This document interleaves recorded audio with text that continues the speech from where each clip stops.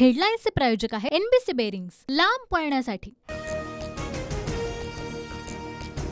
भारताचा सर्वात मोठा गुन्हेगार मोजतोय शेवटचा घटका।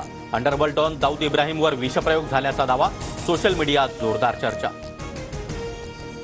1993 मध्ये मुंबईतील साखळी बॉम्बस्फोटाचा दाऊद मास्टरमाइंड। विषप्रयोगाच्या बातम्यांमुळे दाऊद पाकिस्तानातच वास्तव्याला असल्याच्या चर्चा।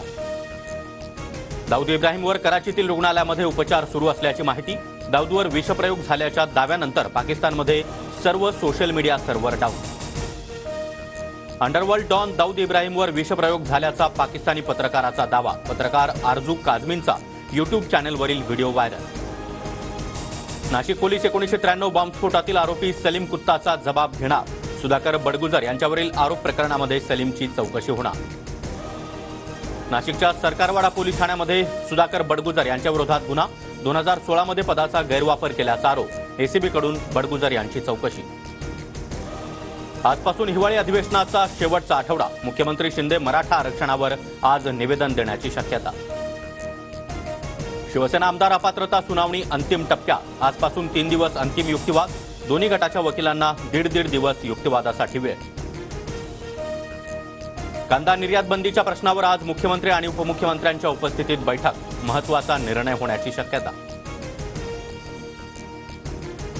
उद्धव ठाकरे दिल्लीत अरविंद केजरीवालांना भेटणार। ठाकरे केजरीवाल भेटीच्या बातमीनं काँग्रेस नेते विचलित।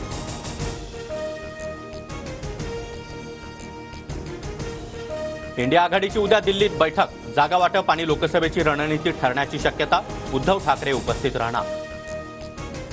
राज्यभरातील सर्व ग्रामपंचायती आजपासून 3 दिवस बंद। मानधनवाढीसह इतर मागण्यांसाठी सरपंचांसह कर्मचारी संगणक परिचालकांचं आंदोलन। नागपूरच्या सोलार एक्सप्लोजिव्ह कंपनीतील स्फोटात 9 मृत्यू तर 3 कामगार जखमी।